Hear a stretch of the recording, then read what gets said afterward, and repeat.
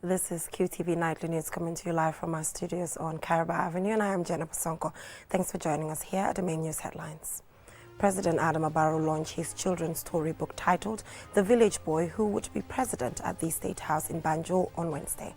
Global Properties, in collaboration with Neotech, hosted a foundation stone-laying ceremony for its Lakeview residents in Kotu. A fire in Suncho Alaji in the West Coast region on Tuesday, which consumed all their belongings, has left the Cisse family devastated. In international news, the United States has issued a sharp warning to Rwanda and DR Congo, urging them to walk back from the brink of war amid escalating tensions between the two countries. And in sports news, the President Barrow Peace Tournament, which aims to unite people and promote peaceful coexistence, was launched at the Independence Stadium on Tuesday. Those were the main headlines, and now the news in detail. To stay with us.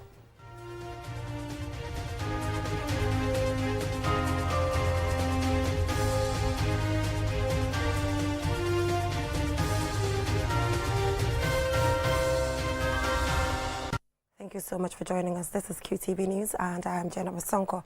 President Adama Barrow launched his storybook titled The Village Boy Who Would Be President at the State House in Banjul on Wednesday. The book, which is tailored for children, tells the life journey of the president from his village of Mankamankunda to becoming president. Aliou Cisse was at the book launch, and this is his report.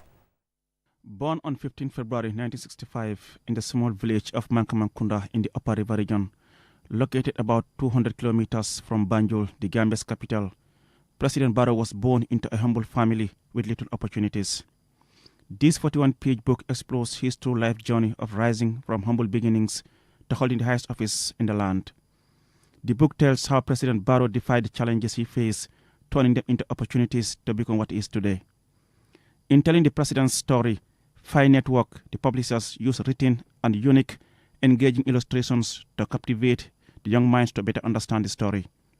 Ya Adam Phi and Anna Phi, co-founders of Phi Network, the publisher, hope the book will inspire the young generations to live their dreams and implore parents to encourage their children to read the book. His life story is a source of inspiration, and we are honored to have played a part in preserving it and sharing it. Yankuba Dabo, the Commissioner General of the Gambia Revenue Authority, who played a critical role in facilitating the journey we started 2 years ago, said the book tells a remarkable story of the president, which represents the life story of many others. The book was filled with moments that might seem familiar to you. Moments of disappointment, like being expelled from school, losing loved ones, facing setbacks in your dreams. But what makes this story truly remarkable is how the president navigated these challenges. Though all three presidents of the Gambia come from the villages, this is the first children's book authored by a sitting Gambian president. Claudiana Cole, the Minister of Basic and Secondary Education, and book launcher Professor Per Gomez, the Minister of Higher Education, Research, Science and Technology, respectively, are equally hoping the books reignite a reading culture among the young in the Gambia and inspire the young generation. The ministry stands committed to supporting initiatives that aim to enhance literacy levels among our youth and foster a culture of reading within our schools and communities. He didn't want to falsify history. He didn't want to tell you, I'm from Banjul, I'm from this, my father was the best, was the king. My father was the richest. He is telling you, I'm from the village. I'm a village boy. I'm from Mankamankunda. Reviewing the book, Nanagri Johnson, journalist and writer and founding dean of the School of Journalism at the University of the Gambia, says the moral lessons from the book are immense. There is something surrogates and guardians can learn from this author's message: to treat someone else's child just as you would your own. President Barrow says he could not have imagined over 6 decades ago that his life story will be a subject of a book to inspire young minds. He says his story proves that nothing is impossible. Importantly, this book is not just about me. It is also about resilience, friendship, and the pursuit of knowledge. It celebrates the values that guided me through life, which I assume will echo in your minds. Several other speakers, including the event's moderator, Dr. Cherno Barry, the president of the Writers Association, Sola Mahoney, and author Aisha Jawara, held the publication as symbolically significant for the writing and reading community of the Gambia. The book will be available across the country. Reporting for QTV News, I am Aliou Cisse. I look forward to reading the book, and congratulations to His Excellency. Now, Global Properties, in collaboration with Neotech, hosted the foundation stone laying ceremony for Lakeview residents, its latest apartment complex in Kotu. The event was officiated by Ibrahim Silla, Minister for Transport, Works and Infrastructure, on behalf of President Adama Barrow. Lena Igwenyiba has the rest of that story. Surrounded by palm trees and offering breathtaking views of the Atlantic Ocean, Lakeview Residence aims to create a tranquil environment suitable for families, professionals and visitors. Saul Fraser, CEO and Managing Director of Global Properties, highlighted the project's goals with an estimated completion in December 2026. Here at Lakeview, you will see an amazing development that comprises of 182 units of studios, 1 bedroom, 2 bedrooms, and 3 bedroom apartments. As developers, we will realize our profit 3 years down the line, and that's it for us. But for the families, clients, investors, investing in these kind of developments will realize their gains for themselves and their families for generations to come, and therefore increases our middle class. Ibrahim Silla, the Minister of Transport, Works and Infrastructure, reading the President's speech, praised Saul Fraser for his dedication to national development and encouraged young people to emulate his commitment to giving back to the country. He also commended Global Properties for its contribution to the Gambia's infrastructural development and reiterated the government's support for Gambian youth and businesses. It is my hope that Mr. Fraser's journey will inspire many of you to venture into the world of business, to dream big, and to believe in your abilities to save the destiny of our country. As a government, we stand firmly in support of our young people. We recognize your potential and are committed to creating an environment where you can flourish. The Lakeview stands as a major complement to the infrastructural strides we are making, as it is located right on the brand new Heart of the State superhighway that my government is building with first-time features never before seen in the 59 years of our nationhood. Babukar Boy, the Minister of Public Service, Administration Reforms, Policy Coordination and Delivery, highlighted Global Properties' long-standing commitment to national development. When we look at real estate, the real estate industry, Global Properties has immensely contributed towards nation building through its numerous real estate developments across the country. From site and services projects to construction of affordable homes and luxury developments, including apartments. Global Properties follow due processes to ensure that they are in compliance with all regulations from the ministry. Lakeview Residence is set to offer a range of amenities, including a restaurant, mini-market, swimming pool and lush green gardens, among other facilities. Global Properties already has a well-founded reputation and aims to exceed clients' expectations and establish itself as the preferred choice for real estate solutions in the Gambia. Reporting for QTV News, I am Lena Igwenyiba.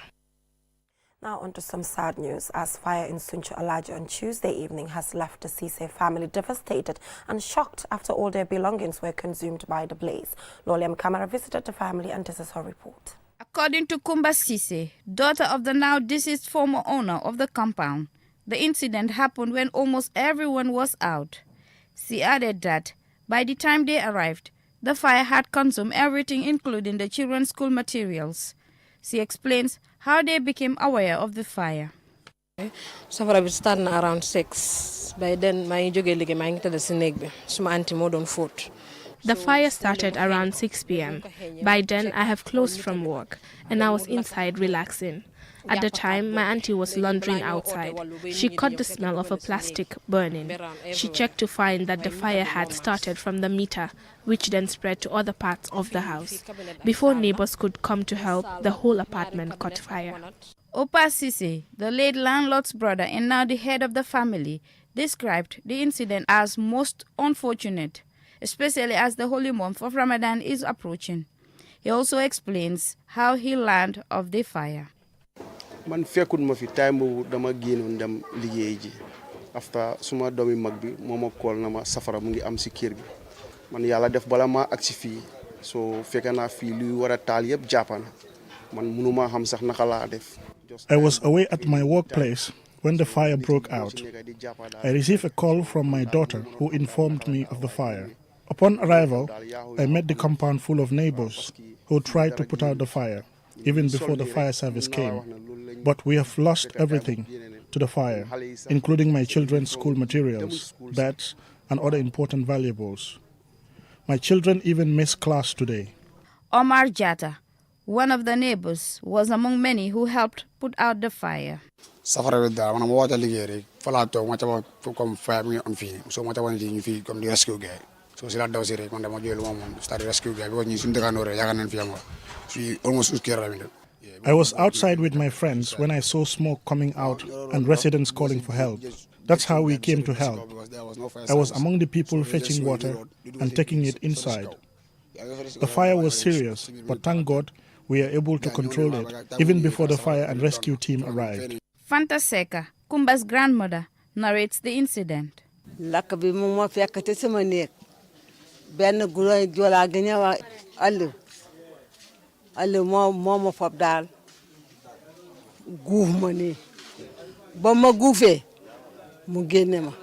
I was inside my room when one of the boys called Aliu came and rescued me.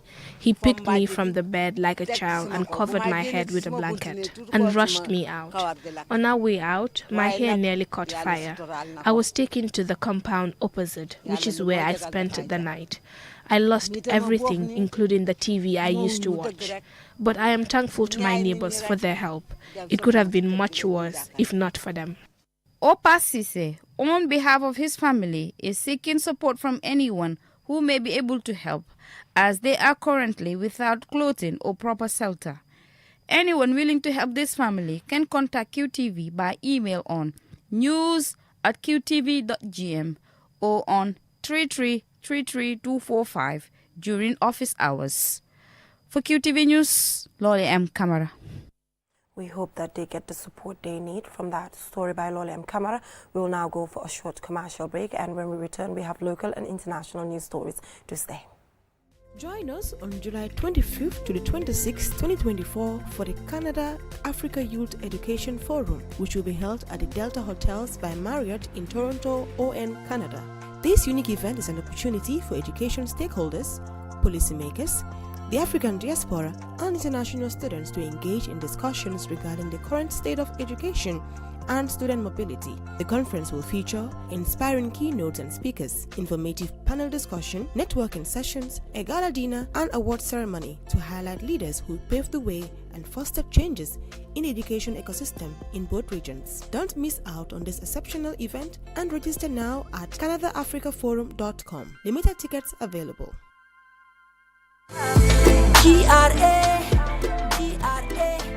The Gambia Revenue Authority GRA will hold the 6th edition of the Taxpayers Appreciation and Award Ceremony on Saturday, March 2nd, 2024. Oh yes, the awards is dedicated to our esteemed and valued taxpayers who consistently pay their taxes and duties on time, file their tax returns on time, present authentic and original customs documents, and comply with relevant provisions of the revenue laws. The ceremony will be graced by His Excellency the President of the Republic of the Gambia, Mr. Adama Barrow, cabinet ministers, senior government officials, members of the business community, and development partners. A memorable night is assured in this year's award ceremony, which will take place on Saturday, March 2nd at the Kairaba Beach Hotel, commencing at 7:30 p.m. GRA is your GRA. GRA is our GRA, collecting revenue for national development.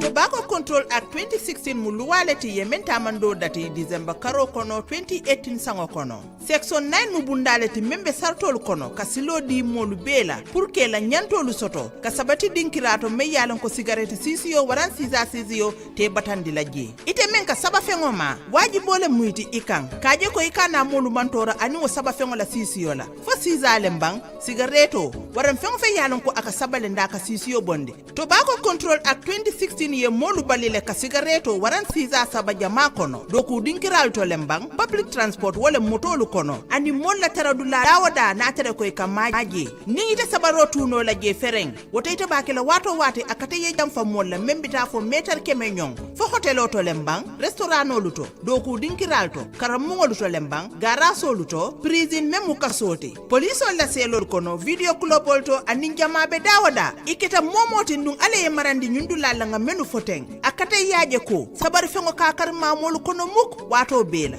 fo siza lembang a cigarette lembang fengo fe yalan ko saba fengo len kakari song ay saba molu kono mense molu tora kata be molla jata kende yale nasindila wotebe sabaro kela wato wate jamfa mol na ministry bunda men marta jati kende yala MOH ani management sciences for health MSH wolle nyinki baro natalie.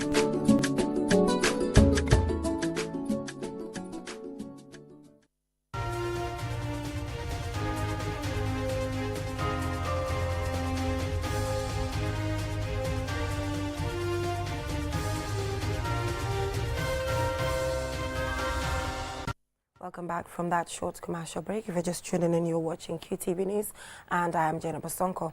Now, the Health Directorate of the Ministry of Health, with support from the World Health Organization, on Thursday held a closing ceremony on the research ethics for over 30 health researchers in the Gambia. Lolly M. Camara again. At the end of the two-day training, 7 thematic areas were identified in the WHO's benchmarking tool to improve the scope of research ethics oversight in the country. Seni Sane, the Director of Research at the Ministry of Health, reveals that areas highlighted include legal provisions, resources available to oversee the research ethics oversight, the research ethics procedures, and the mechanisms to promote transparency and accountability. In terms of resources, we found out that, especially financial resources, these committees are struggling with the financial muscles to actually make their work functional. You found out that all the reviews that these structures actually do is on gratis. They don't charge any butut on any of the proposals that have been submitted. So the people who actually do the technical review, they are not being paid a butut. So they do it on gratis, meaning that they have their own routine work that they do. So they have to find time within their routine work to actually schedule to look at these documents, which is also very important because as a student, if you don't have your student thesis being done, you cannot graduate. And also some of the scientists who also submit their protocols, when they are not reviewed, there will be no meaningful research, which means research cannot go without going through this particular institution. So resources is a challenge. Officials say the main goal of this research ethics training initiative is to strengthen the capacity and expertise of health researchers, identify the gaps deterring the development of research, and to ensure the country is also operating to global standards of ethics oversight. Mr. Sane expressed delight that critical stakeholders such as the Medical Research Council, the Ministry of Higher Education, Research, Science and Technology, and the Medicines Control Agency, amongst others, can come together and discuss issues delaying research ethics oversight in the country. Bringing these stakeholders together and discuss about some of these things are very... In fact, what we are able to realize, or what has come very clear, is that we've seen that in one of the presentations that Medicine Control Agency is supposed to reach level 3 when the experts came to assess them. But simply because they cannot rate them level 3 because they lack a particular element in the assessment, and that is to say the legal document that should at least show that Medicine Control Agency is a legally mandated institution to be able to perform what they are performing. That one is lacking. So currently the Directorate of Research under the Ministry of Higher Education it's time to develop that legal framework, a national legal framework, to at least demarcate who can do what and who can do not what. Do you understand? So which means all these key stakeholders now need to work on that document, so that MCA is now able to get their level 3 being passed because the framework is in place. The framework also will help Director of Research now at Higher Education to now know that MRC can now operate as a National Health Research Ethics Committee. It is hoped that these participants now have a clearer understanding of the importance of research ethics oversight and the need to collaborate with other stakeholders. For QTV News, Loli M. Kamara. From that story by Lola M. Kamara, let's take a look at news beyond our borders.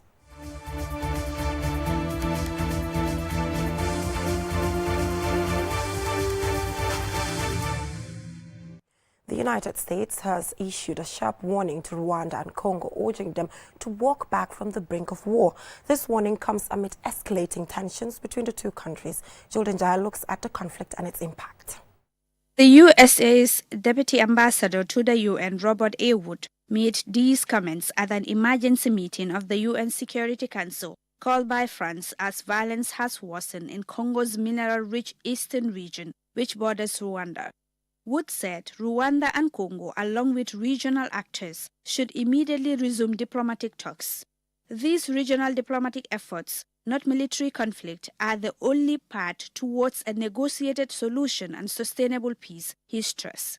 This warning comes after Rwandan authorities rejected US's calls for the withdrawal of troops and missile systems from eastern Congo, saying they are defending Rwandan territory as Congo carries out a dramatic military build-up near the border. Rwanda's foreign ministry in a statement spoke of threats to Rwandan national security from the presence in Congo of an armed group whose members include alleged perpetrators of the 1994 genocide.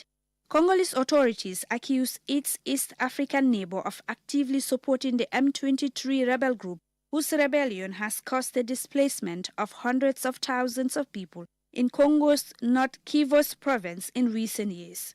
Efforts to reintegrate the group into the Congolese army failed, and the group has managed to destabilize large parts of eastern Congo, leading to the displacement of millions of people.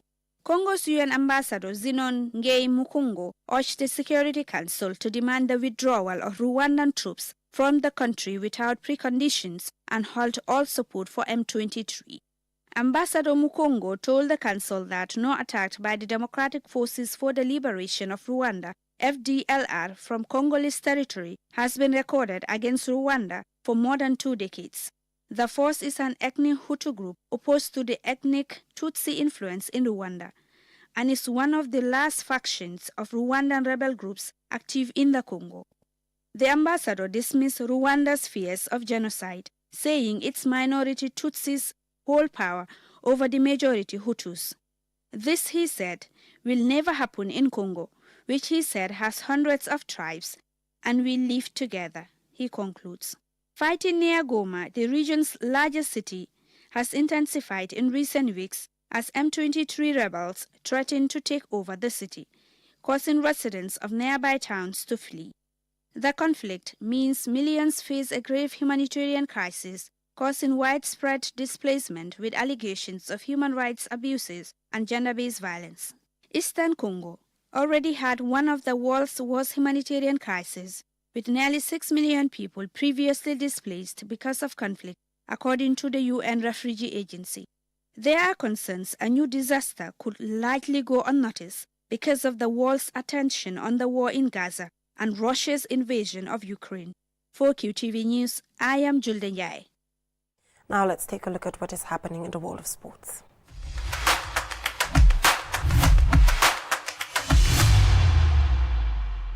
Football is the Gambia's most popular sport, and a nationwide peace tournament to unite people and promote peaceful coexistence has been launched. The President Barrow Peace Tournament is due to kick off on Friday, 23rd February 2024. Our sports reporter Mamadou Gajaga attended a media briefing about the competition on Tuesday, and this is his report. Members of the President Barrow Peace Tournament Organizing Committee gave an update on the arrangements for the competition, which will cover all regions of the country to promote peace and unity. According to the organizers, the idea for the tournament came from President Barrow. Lamin Kesedi, Deputy Youth Advisor to the President, explains. This tournament is not inspired by the Peace Award that was conferred on His Excellency President Barrow. This idea was conceived long time ago, but President Barrow said because there is a Nawetan ongoing and everybody across the country are preoccupied with the Nawetan and he doesn't want to interrupt that. It was put on hold, pending the completion of the Nawetans. And this is why we're coming up with this event now. But President Barrow has been a peaceful man and he has always been thinking peace. That's why it was not a mistake that he was conferred with an honor as the most peaceful African leader. The football tournament will take place across the country's 7 regions, with regional competitions leading to a national conclusion with the final, hopefully at the Independence Stadium, which is currently under renovation. Ibrahim Mane, the Chief Technical Officer of the tournament's organizing committee, provided additional information. The regions will play on their own, and then their teams that qualify, that are the finalists in their regions, will camp at Jarasoma, and they will play a league in Jarasoma. And the champions of that champions will emerge as grand finalists. KM, West Coast, Banjul will play their triangular. And the team that qualify will go to the grand final. Reasons we did that, we wanted to do a league, but that means not many people or players will have opportunity to be selected, and then there will come some confrontation or issues. As the purpose of the tournament is to promote peace and unity through football, Sehum Balo, National Political Advisor to the President and Chairman of the tournament's organizing committee, reiterates the call for national unity. Now elections are over. We have gone through the 3 cycles of elections. Presidential election is history. We have gone through that through the 4th of December 2021. We have gone through the local and chairmanship elections. We have gone through the National Assembly elections, and they are history. Now what is left is, let's unite the country, let's unite our people. Let's come together and work for the future generation of this country. He said presidents come and go, but the country remains as a country. The competition is expected to offer enticing prizes, such as cash for winners and runners-up. Awards will be given to the most disciplined team, the best player, and the top goal scorer, with some of these awards to be given to the winners by President Adama Barrow. Above all else, it is hoped that the nation's favorite sport will achieve the aim of promoting and fostering peace and unity. Mamudu Gajaga, QTV News. Well, that is all we have for you in this edition of QTV News, but do not forget to join in at 9 p.m. for an interesting episode of Youth Dialogue. Till we come your way at 10 p.m. Thanks for joining us.